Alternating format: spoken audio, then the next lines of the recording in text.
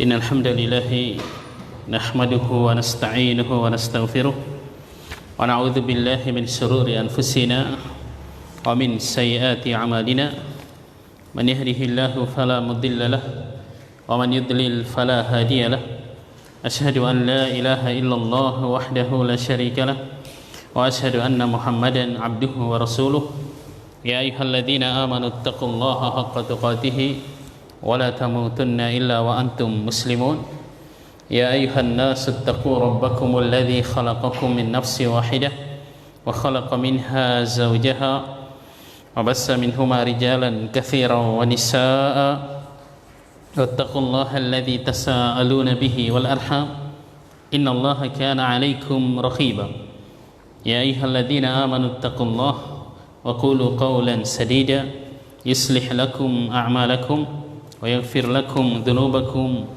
ومن يطع الله ورسوله فقد فاز فوزا عظيما أما بعد فإن أصدق الحديث كتاب الله وخير الهدي هدي محمد صلى الله عليه وعلى آله وسلم وشر الأمور محدثاتها فإن كل محدثة بدعة وكل بدعة ضلالة وكل ضلالة في النار. Ikhwani fillah rahimani wa rahimakumullah.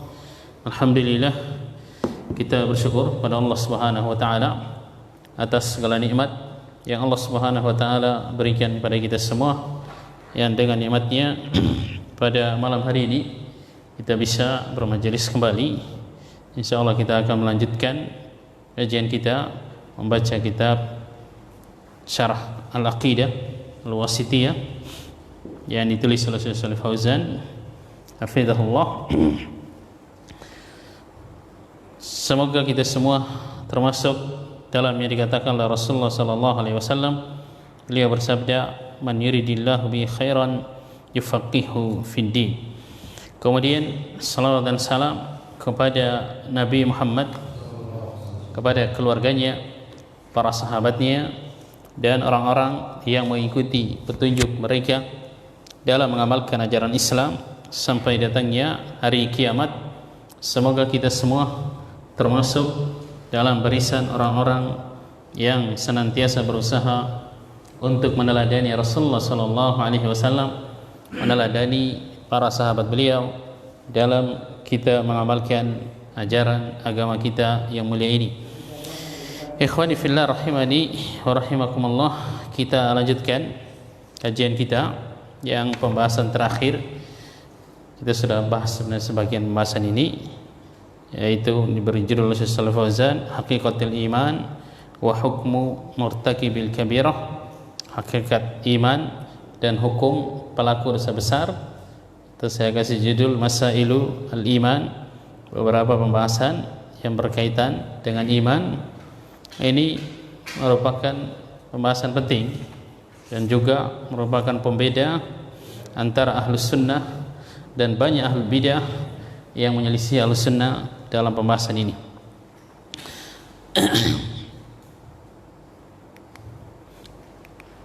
Pada pertemuan terakhir sebelum libur, sebelum pandemi, kayaknya kita sudah baca ini apa yang disampaikan oleh Syekhul Islam. Kata beliau, wa min usuli ahli sunnati wal jamaah, termasuk usul ahli sunnah, yaitu keyakinan pokok dalam agama yang diyakini oleh ahli sunnah, anna dina wal imana qaulun wa amalun, bahwa agama dan iman terdiri atas ucapan dan perbuatan. Itu definisi iman menurut ahli sunnah. Iman itu adalah qaulun wa amalun. Kata Imam Bukhari, lebih dari 1000 orang ulama yang beliau jumpai, kata beliau, laqitu aksara min alfi rajulin min ulama'il bil amsar, min al ulama bil amsar. Saya telah bertemu lebih dari 1000 ulama dari berbagai negeri, dan tidak ada seorang pun yang menyelisihi perkataan bahwa iman itu adalah ucapan dan perbuatan, bisa bertambah dan bisa berkurang. Qaulul qalbi wal lisan, yaitu ucapan hati dan ucapan lisan, wa amalul qalbi wal lisani wal jawarih, dan amalan hati, amalan lisan, dan amalan anggota badan yang lainnya. Wa annal imana yazidu bit ta'ati wa yanqusu bil ma'siyah. Ini kita baca ulang, baca cepat. Ahlus sunnah juga meyakini bahwa iman itu bertambah dengan ketaatan yang dilakukan oleh seseorang dan berkurang keimanan itu pada diri seseorang dengan maksiat yang dilakukan oleh orang tersebut. Wa hum ma'a dzalika la yukaffiruna ahlal qiblati bi mutlaqil ma'asi wal kaba'ir kama yaf'aluhu al khawarij. Ahlussunnah meyakini bahwa amalan itu termasuk bagian dari iman, tapi hal ini tidak menjadikan mereka mudah mengkafirkan ahlul kiblah, yaitu kaum muslimin yang salat menghadap kiblat bimutlaqil ma'asi wal kaba'ir, hanya karena maksiat yang dilakukan atau dosa besar. Ini bantahan apa yang dituduhkan oleh ahlul bidah sampai sekarang, termasuk si kumis itu katanya Wahabi itu mudah mengkafirkan. Itu kadzab, dajjal, dia pembohong dalam masalah itu. Karena seperti ini isi dari kitab-kitabnya Ahlus Sunnah yang dikaji oleh orang yang digelari Wahabi oleh dia. Ini kata Syekhul Islam, mereka tidak mengkafirkan ahlul kiblat, yaitu muslim, walaupun muslim itu melakukan dosa besar, kecuali sebagian dosa yang memang pelakunya dikafirkan oleh Allah dan Rasulnya. Kama yaf'alul khawarij, sebagaimana yang dilakukan oleh orang-orang khawarij yang mereka itu yang mengkafirkan para pelaku dosa besar dari umat ini. Kalau kita mau jujur, mau cari-cari perkataannya ulama-ulama Asy'ariyah, banyak mereka mengkafirkan Ahlus Sunnah. Ya. Tapi kita tidak seperti itu. Karena tidak bisa kita menghukumi perkataan satu orang kemudian kita sandarkan kepada wah itu mazhabnya Asy'ariyah misalnya. Tapi modelnya orang itu seperti itu. Mungkin ada satu dua orang dai yang dia dari Arab Saudi, mungkin seperti Salman Al-Auda, Safar Hawali, memang orang-orang yang terpengaruh pemikirannya. Said Qutb misalnya, yang mudah mengkafirkan. Kemudian dengan itu mereka menghukumi bahwa yang diucapkan oleh orang-orang itu itulah manhaj salaf, manhaj yang mereka gelari Wahabi. Ini enggak benar. Jadi kata Syekhul Islam, yang mudah mengkafirkan itu adalah orang-orang Khawarij. Balil ukhuwatul imaniyatu sabitatun ma'al ma'asi. Bahkan persaudaraan karena keimanan diyakini oleh Ahlus Sunnah tetap ada antara seorang muslim dengan saudaranya yang melakukan maksiat. Kama qala ta'ala fi ayatil qisas, sebagaimana Allah berfirman dalam ayat tentang hukum qisas dalam surat Al-Baqarah, faman ufiya lahu min akhihi syai'un fattiba'un bil ma'ruf. Siapa yang memaafkan saudaranya padahal saudaranya itu telah membunuh saudaranya dia. Misalnya saya punya kakak dibunuh oleh si A. Si A ini muslim, dia melakukan dosa besar, membunuh muslim yang lainnya. Tapi Allah Subhanahu wa taala membolehkan bagi ahlul maktul, keluarga orang yang terbunuh, untuk memaafkan si pembunuh itu, dan Allah masih menyebut si pembunuh itu sebagai saudaranya, menunjukkan masih mukmin. Fattiba'un bil ma'ruf, maka minta, kalau dimaafkan kan boleh minta diat, bayar tebusan, menagihnya dengan cara yang baik, kata Allah Subhanahu wa taala. Jadi yang menjadi bahasan dalam ayat ini, Allah Subhanahu wa taala tetap menyebutkan si pembunuh yang semua kaum muslimin sepakat bahwa membunuh itu termasuk dosa besar.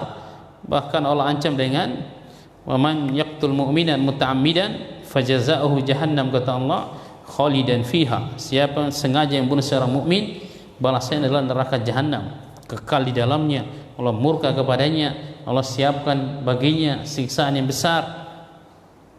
Dosa besar, tapi tidak kafir. Ini kata Syekhul Islam. Jadi Ahlus Sunnah meyakini seperti ini. Pelaku dosa besar, selagi itu bukan perbuatan kekufuran, masih dianggap mukmin. Tapi mukmin yang fasik, yang tidak sempurna keimanannya, tidak dikafirkan. Dan Ahlus Sunnah yang paling hati-hati dalam masalah ini. Ahlul bidah itu, semua ahlul bidah mereka saling mengkafirkan. Bahkan satu kelompok, misalnya sama-sama Asy'ariyah, ada yang terdahulu, ada yang belakangan, itu saling menyalahkan. Nah, menuduh pendahulunya sebagai mujassimah, yang itu dituduh oleh orang-orang belakangan seperti Saqaf dan yang semisalnya, yang mereka banyak mengkafirkan orang-orang yang mereka tuduh sebagai mujassimah, yaitu menurut mereka meyakini Allah itu punya badan, punya jisim, padahal itu dari akal mereka sendiri. Keyakinan seperti itu Ahlus Sunnah enggak pernah mengatakan seperti itu. Kemudian ayat lain dalam surat Al-Hujurat, wa in ta'ifatani minal mu'minin iqtatalu, kalau ada dua kelompok dari kalangan orang-orang yang beriman saling berperang, yang konsekuensinya itu akan saling membunuh dalam perang itu, Allah Subhanahu wa taala mengatakan fa aslihu bainahuma, damaikan mereka. Fa in baghat ihdahuma, kalau salah satu dari dua kelompok yang berperang itu tetap membangkang, tidak mau didamaikan, maka perang yang membangkang tersebut hatta tafiya ila amrillah, sampai dia mau kembali kepada aturan Allah Azza wa Jalla. Fa in fa'at fa aslihu bainahuma bil adli wa aqsitu, kalau dia yang membangkang tadi mau kembali kepada aturan Allah Subhanahu wa taala, maka damaikan mereka berdua, dua kelompok itu dengan adil. Kemudian Allah perintahkan untuk kita berbuat adil secara umum kepada seluruh kaum muslimin, seluruh manusia. Wa aqsitu innallaha yuhibbul muqsitin, kata Allah, berbuat adillah, sesungguhnya Allah cinta suka orang-orang yang berbuat adil. Lanjutan ayatnya kata Allah, innamal mu'minuna ikhwatun fa aslihu baina akhwaikum, sesungguhnya orang-orang beriman itu bersaudara. Ini Allah sebutkan setelah mereka, Allah sebutkan bahwa mereka saling berperang, masih disebut sebagai mukmin, berarti tidak kafir. Ayat setelahnya Allah menyebutkan mereka bersaudara.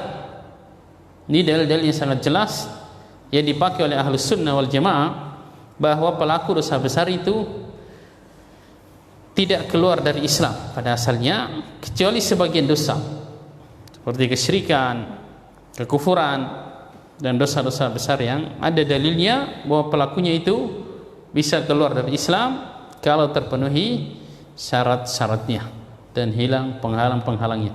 Ini dulu kita sudah baca, kita lewati. Kemudian wala yaslubuna al-fasiqa al-milli al-imana bil kulliyah, Ahlus Sunnah tidak menghilangkan dari orang yang fasik yang masih beragama Islam, tidak menghilangkan dari mereka nama keimanan secara total. Jadi masih mukmin tapi kurang sempurna imannya, gitu.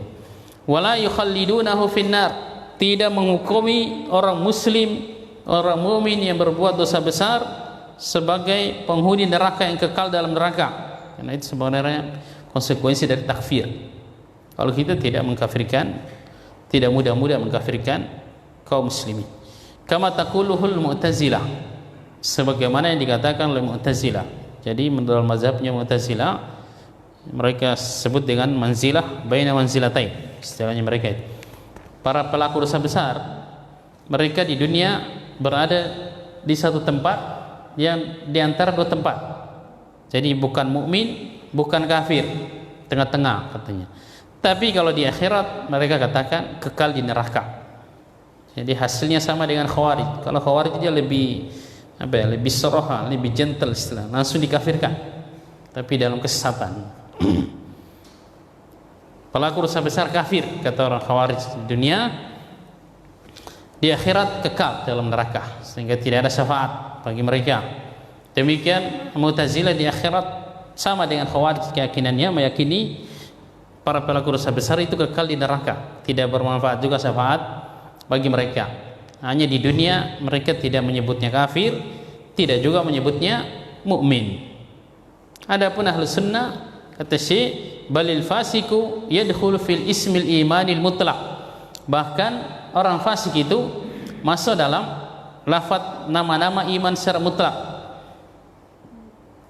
iman secara umum. Misalnya Allah sebutkan contoh lafaz iman yang mutlak dalam surat An-Nisa ayat 92, fatahriru raqabatin mu'minah, maka merdekakanlah budak yang beriman. Ini salah satu balasan atau tebusan bagi pembunuh, membunuh seorang muslim tidak sengaja.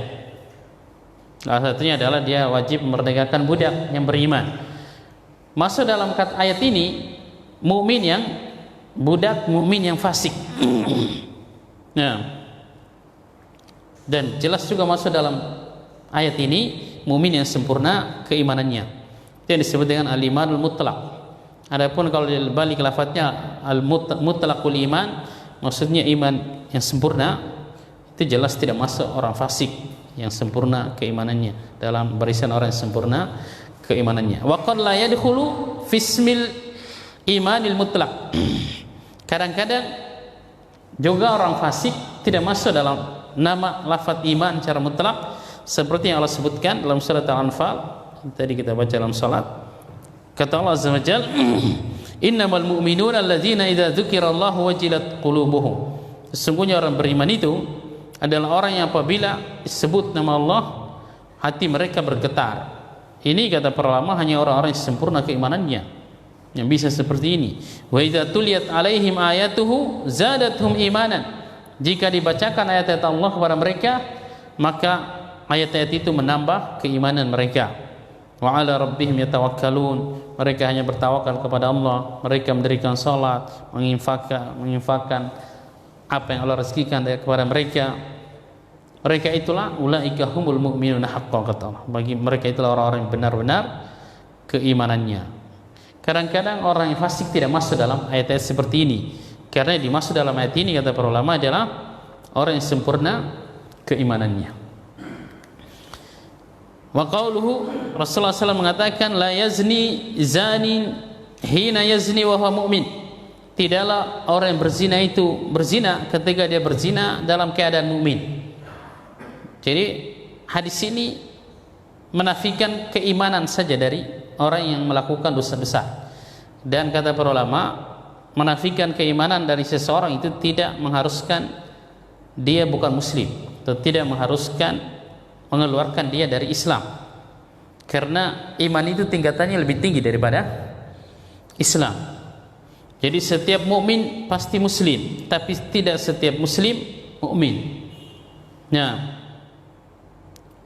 kan ada 3 tingkatan dalam agama kita ini sebagaimana pernah kita jelaskan, yaitu Islam, iman, dan ihsan. Kalau yang dinafikan itu Islam, maka pasti dia tidak mukmin, pasti tidak muhsin. Tapi kalau yang dinafikan itu tidak muhsin, masih mungkin dia mukmin dan atau dia muslim.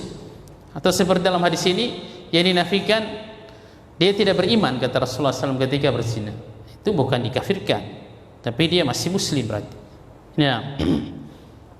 Qalatil arabu amanna, kata orang Arab Badui, kami beriman. Kata Allah, katakan kalian belum beriman, tapi ucapkanlah bahwa kalian baru muslim.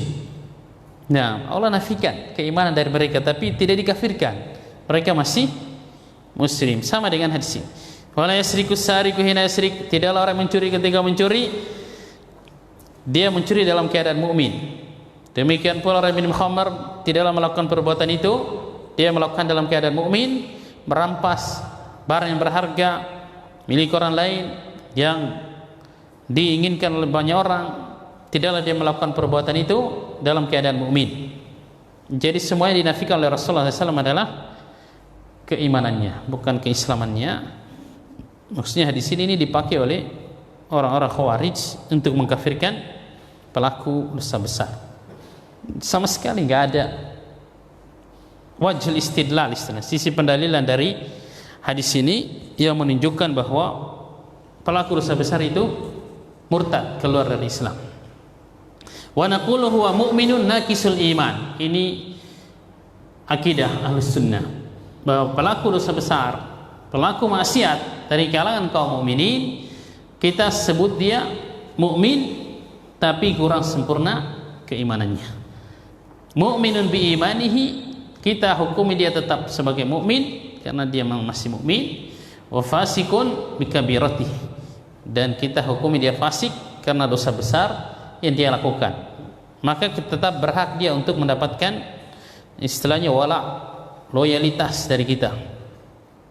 Kita benci maksiatnya, tapi tetap kita harus masih loyal kepada dia selagi dia masih muslim. Dia tetap saudara kita.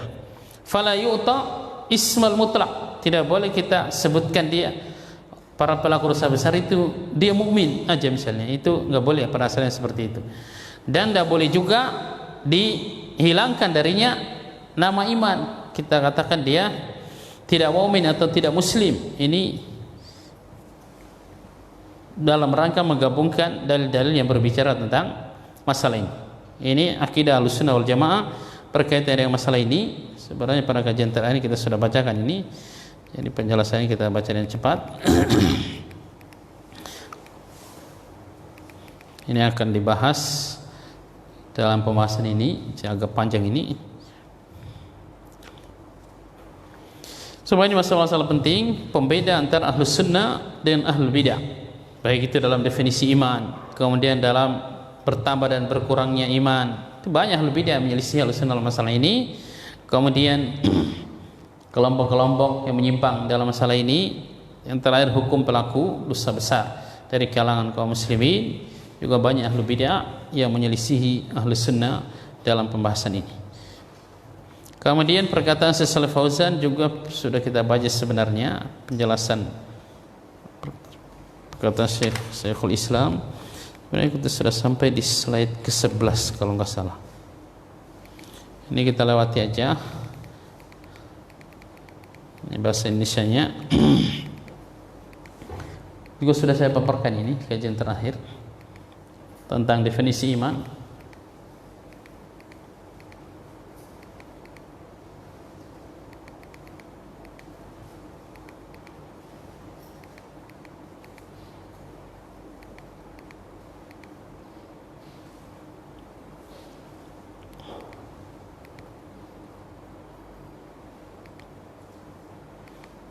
Dulu kita pernah sampaikan bahwa yang dibawakan oleh Syekhul Islam ini adalah definisi iman yang paling sempurna. Sebagiannya mendefinisikan iman seperti yang ini, seperti Imam At-Tahawi dan yang semisalnya, tapi wallahu alam yang lebih sempurna adalah yang ini. Al-qaul bil lisan wal i'tiqad bil janan wal amal bil arkan. Itu definisinya sebagian ulama. Tapi sebenarnya lebih detail qaulun wa amal aja.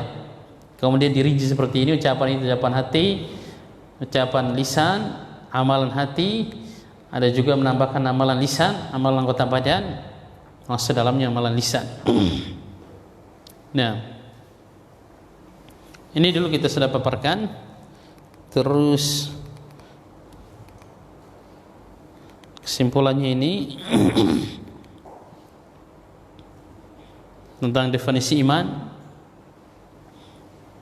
termasuk Asy'ariyah ini menyelisih Ahlus Sunnah dalam masalah ini. Mereka Murji'ah dalam definisi pembahasan iman. Jadi iman menurut mereka at-tasdiq aja, ucapan hati aja berarti. Nah, dan banyak permasalahan-permasalahan akidah itu mereka menyelisih Ahlus Sunnah. Kurang lebih 10 masalah besar lah yang menjadikan berat bagi sebagian ulama untuk menyebut Asy'ariyah itu termasuk Ahlus Sunnah. Tapi di Indonesia itu pede banget kiai-kiainya mengatakan Asy'ariyah Maturidiyah Ahlus Sunnah.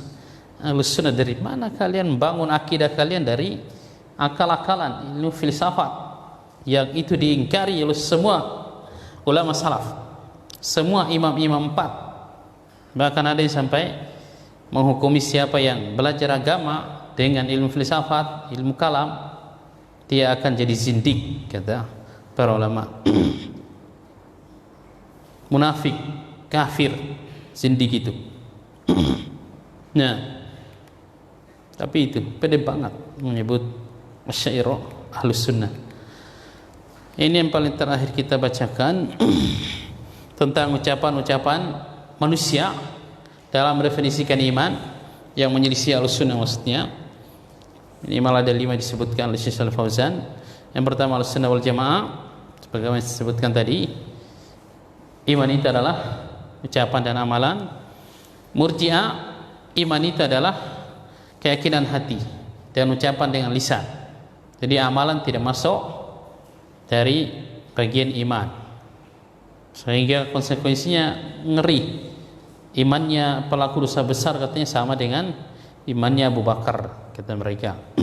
Sama dengan imannya malaikat Jibril, karena amalan itu enggak berpengaruh pada keimanan seseorang. Ini jelas sesat, menyelisihi banyak sekali dalil-dalil dari Al-Quran dan Sunnah. Lebih parah lagi ini Karomiyah mengatakan iman itu cuma ucapan lisan. Jadi orang-orang munafik mukmin, konsekuensi dari mazhab ini, karena mereka bersyahadat di hadapan Rasulullah SAW. Tapi Allah mengatakan, wallahu yashhadu innal munafiqina lakadzibun. Allah bersaksi bahwa orang-orang munafik dusta dalam persaksian mereka. Jabariyah sama dengan Jahmiyah, bahwa iman itu kata mereka adalah mengakui dengan hati. Yang penting seseorang itu mengakui, mengenal Allah Subhanahu wa taala dengan hatinya, walaupun dia tidak bersyahadat, tidak sholat, tidak melakukan amalan-amalan yang merupakan rukun iman, dia mukmin. Ini pendapatnya Jahmiyah sebenarnya. Kemudian Mu'tazilah, annahu i'tiqadul qalbi wa nutqul lisan wa amal jawarih. Secara lafaz mirip dengan definisinya Ahlussunnah, hanya perbedaannya tadi dalam mensikapi pelaku dosa besar dan beberapa pembahasan lain dalam masalah keimanan. Ini sudah kita bahas sebenarnya di kajian terakhir. Kemudian kesimpulannya, ini bahasa Indonesianya.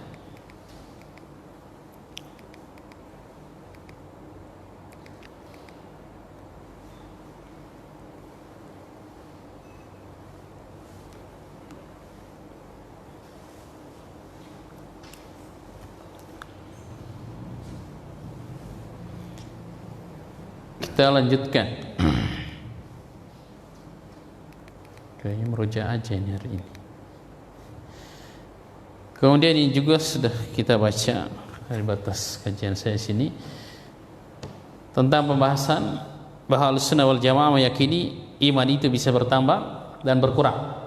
Dalil-dalilnya itu ayat 2 dalam surat Al-Anfal, kemudian ayat 4 dalam surat Al-Fath. Tapi semua dalil yang berbicara tentang masalah ini, atau hampir semua, hanya ada satu aja hadis yang menunjukkan iman itu berkurang. Rata-rata ayat atau hadis yang berbicara tentang masalah ini semua menunjukkan iman bertambah. Itu sangat jelas teksnya tentang bahwa iman itu bertambah. Yang tidak jelas teksnya, tidak ada satupun ayat Al-Quran misalnya yang menunjukkan bahwa iman itu berkurang secara teks. Tapi kalau secara pemahaman jelas kalau sesuatu itu bertambah pasti berkurang juga. Nah, dan kenyataan juga dirasakan, kita rasakan sendiri bahwa pada kondisi tertentu kita semangat dalam kebaikan, itu menunjukkan iman kita sedang meningkat. Di sebagian keadaan lagi kita malas, bahkan nauzubillah berani melakukan maksiat. Itu menunjukkan iman sedang berkurang. Hanya satu hadis saja, hadis tentang Rasulullah SAW menyebutkan tentang bahwa wanita itu adalah makhluk yang kurang agamanya. Sedangkan dalam lafaz agama itu masuk dalamnya adalah keimanan. Itu yang dipakai oleh para ulama yang menunjukkan iman itu bisa berkurang dari dalil. Tapi kalau dari pemahaman dalil-dalil, ya jelas semua dalil-dalil yang menunjukkan iman itu bertambah, itu juga dalil bahwa iman akan berkurang. Kemudian penjelasan ini tadi bahwa Ahlussunnah meyakini iman itu masuk di dalamnya amalan, kemudian bisa bertambah dan berkurang. Bersama dengan itu mereka tidak bermudah-mudahan mengkafirkan muslim. yang masih salat menghadap kiblat hanya karena maksiat atau dosa besar yang dia lakukan. Kecuali kata Syekh Shalih Fauzan, kalau dosanya itu kesyirikan atau kekufuran, nah ini pada asalnya secara perbuatan dihukumi perbuatannya itu mengeluarkan pelakunya dari Islam, tapi pelakunya dirinci. Jadi tidak semua orang melakukan kekufuran, yang melakukan kesyirikan tidak semuanya langsung dianggap murtad, keluar dari Islam. Ada syarat-syaratnya, ada penghalang-penghalangnya, sehingga tidak sembarang orang bisa menerapkan hukum itu. Nah, banyak hal seperti ini dituduhkan kepada Syekh Muhammad bin Abdul Wahab. Sebagian ini sudah dibantah sendiri oleh beliau dalam surat-surat yang beliau tulis. Demikian pula dituduhkan kepada Syekhul Islam, penulis kitab Aqidah Wasithiyah yang kita sedang bahas ini. Yang menyelisih Ahlussunnah dalam masalah ini, yaitu yang mudah mengkafirkan, adalah orang Khawarij. Ini mazhab mereka, kata Syekh Fauzan. Mereka mengatakan man fa'ala kabiratan fahuwa fid dunya kafirun wa fil akhirati mukhalladun fin nar la yakhruju minha. Siapa yang melakukan dosa besar, maka di dunia dia kafir, di akhirat dia kekal di neraka, tidak keluar darinya.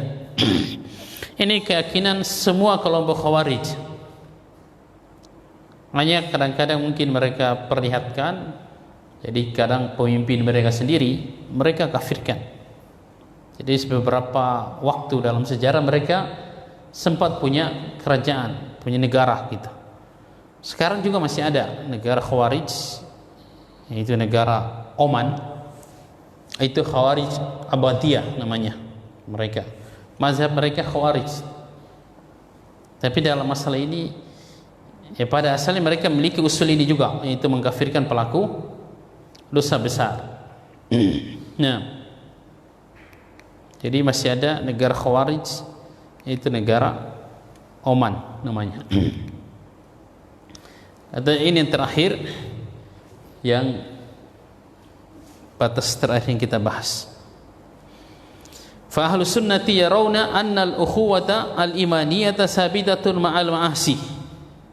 Kata Syekhul Islam, Ahlus Sunnah itu berpendapat bahwa persaudaraan yang dibangun di atas keimanan tetap ada, walaupun salah satu dari atau keduanya dari yang bersaudara itu melakukan maksiat, dosa besar selain kekufuran.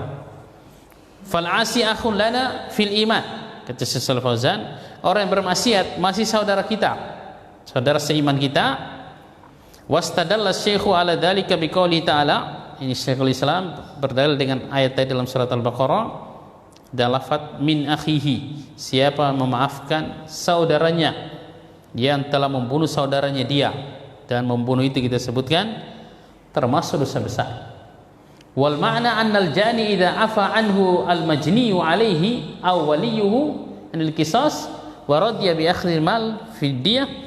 Mana ayat bahwa orang yang melakukan kriminal jika dimaafkan oleh orang yang korbannya atau keluarganya si korban dari kisos, dan mereka rela untuk mengambil tebusan berupa harta diat, fa'alal mustahiqqi al-mali an yatlubahu bil ma'ruf, bagi yang berhak untuk mendapatkan harta, yaitu yang menerima diatnya, dia menuntut meminta tebusan itu dengan cara yang baik, min ghairi unfin, bukan dengan keras, wa ala man alaihi al-mal an yuaddiyahu ilaihi min ghairi mumattilah, yang punya kewajiban untuk membayar tebusan hendaknya dia menunaikannya tanpa menunda-nunda.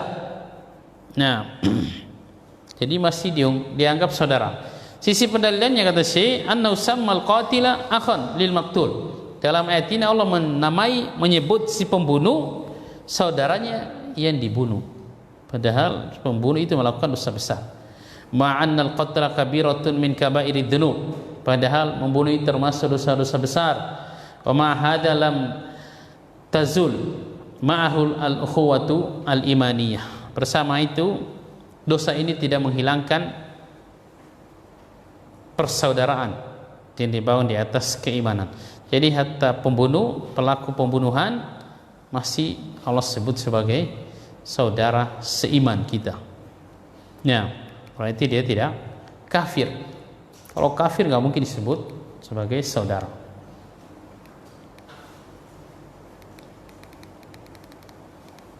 Ahlussunnah meyakini bahwa iman bisa bertambah dan bisa berkurang. Ini jelas akidah yang muqarrar dengan berdasarkan banyak dalil. Ayat-ayat Al-Quran dan beberapa hadis Rasulullah SAW menunjukkan secara jelas tentang bertambahnya iman.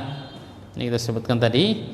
Keyakinan iman bisa bertambah dan berkurang tidak mengharuskan pengkafiran para pelaku dosa besar secara mutlak. Memang ada pelaku dosa besar yang dikafirkan kalau yang terpenuhi syarat-syaratnya. Misalnya yang menghalalkan perbuatan dosa besar dengan lisannya. Kalau cuma dengan perbuatannya tidak bisa dikafirkan. Maksudnya kata para ulama, setiap orang yang melakukan perbuatan maksiat pada asalnya dia dihukumi dia menghalalkan perbuatan itu dengan perbuatannya.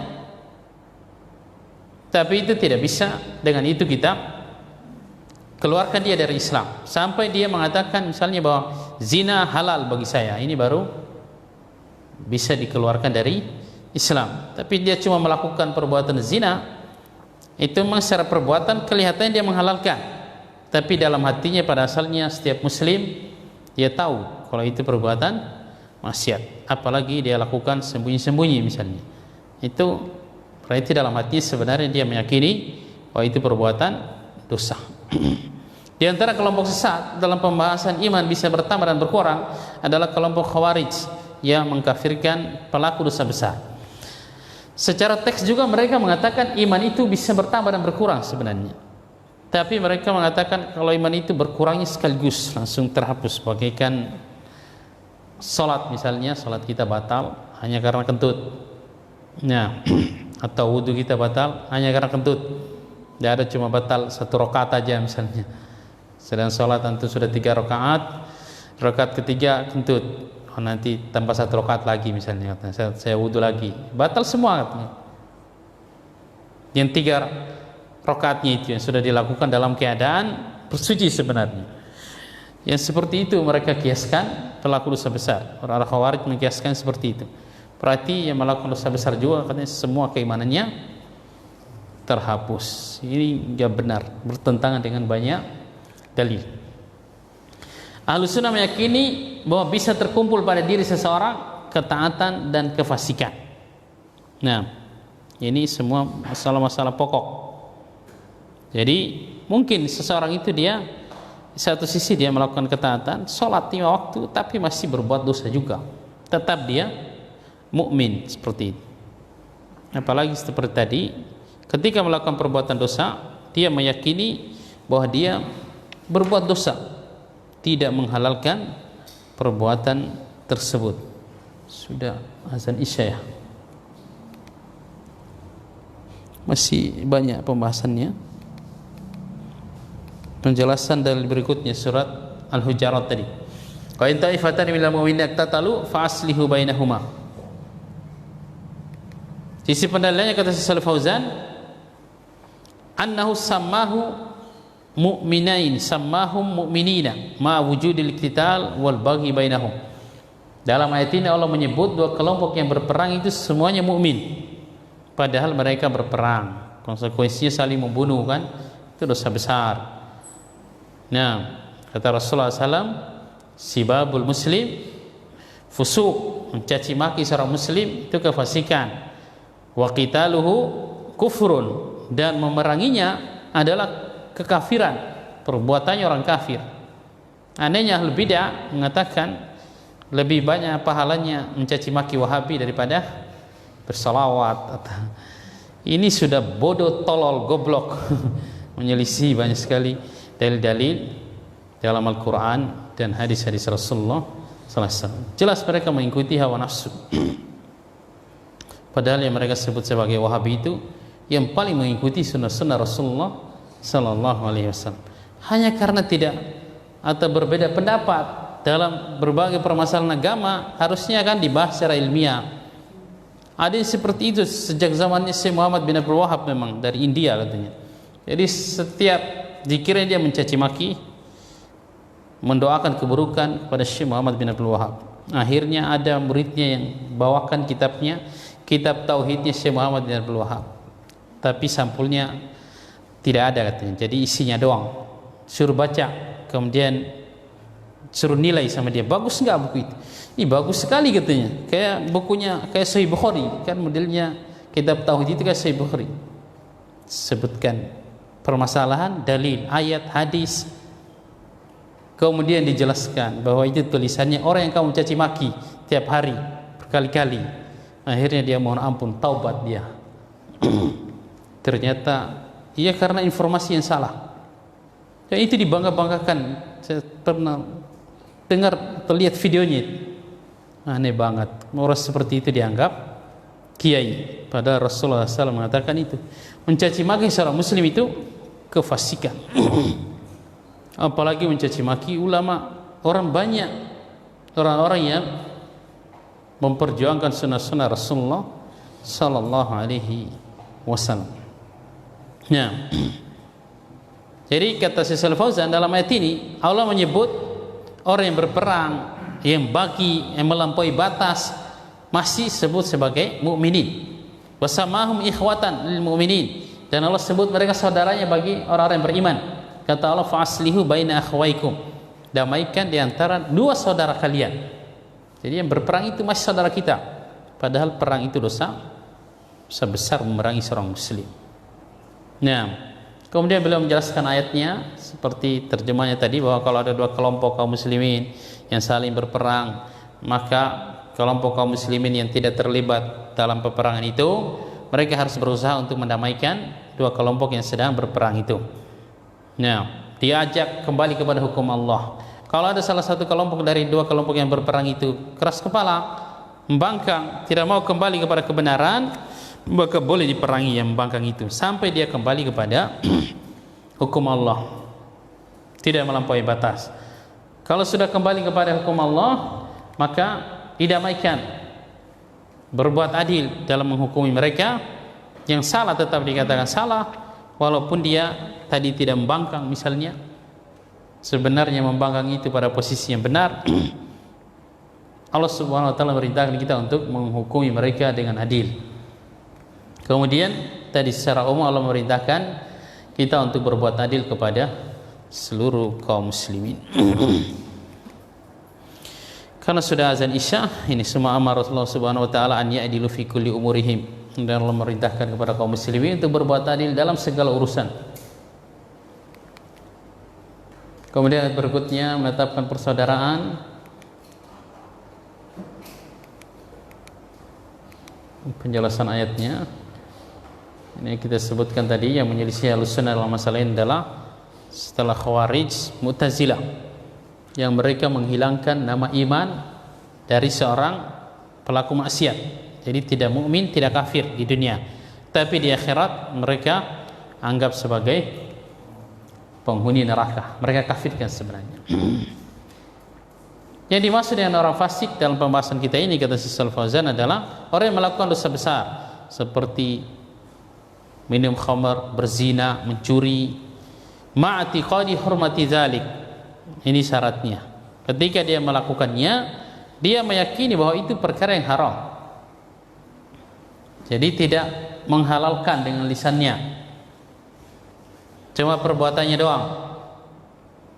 Banyak kaum muslimin yang melakukan seperti itu. Nah, terutama yang lemah keimanannya, dia menerjang maksiat dalam keadaan sadar bahwa itu maksiat. Setelah itu dia bertaubat. Nah,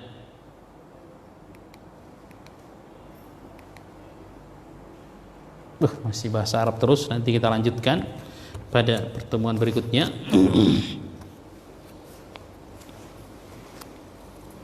Semoga Allah Subhanahu wa taala melindungi kita semua dari segala fitnah, terutama fitnah dalam agama kita.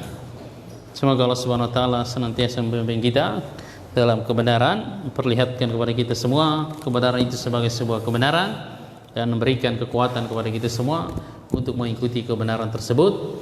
dan memperlihatkan kepada kita semua kebatilan itu sebagai sebuah kebatilan, dan berikan kekuatan kepada kita semua untuk menjauhi kebatilan tersebut, dan Allah tidak menjadikan kebatilan itu samar bagi kita sehingga kita akan tersesat.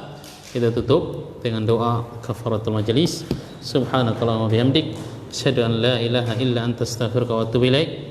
Wassalamualaikum warahmatullahi wabarakatuh.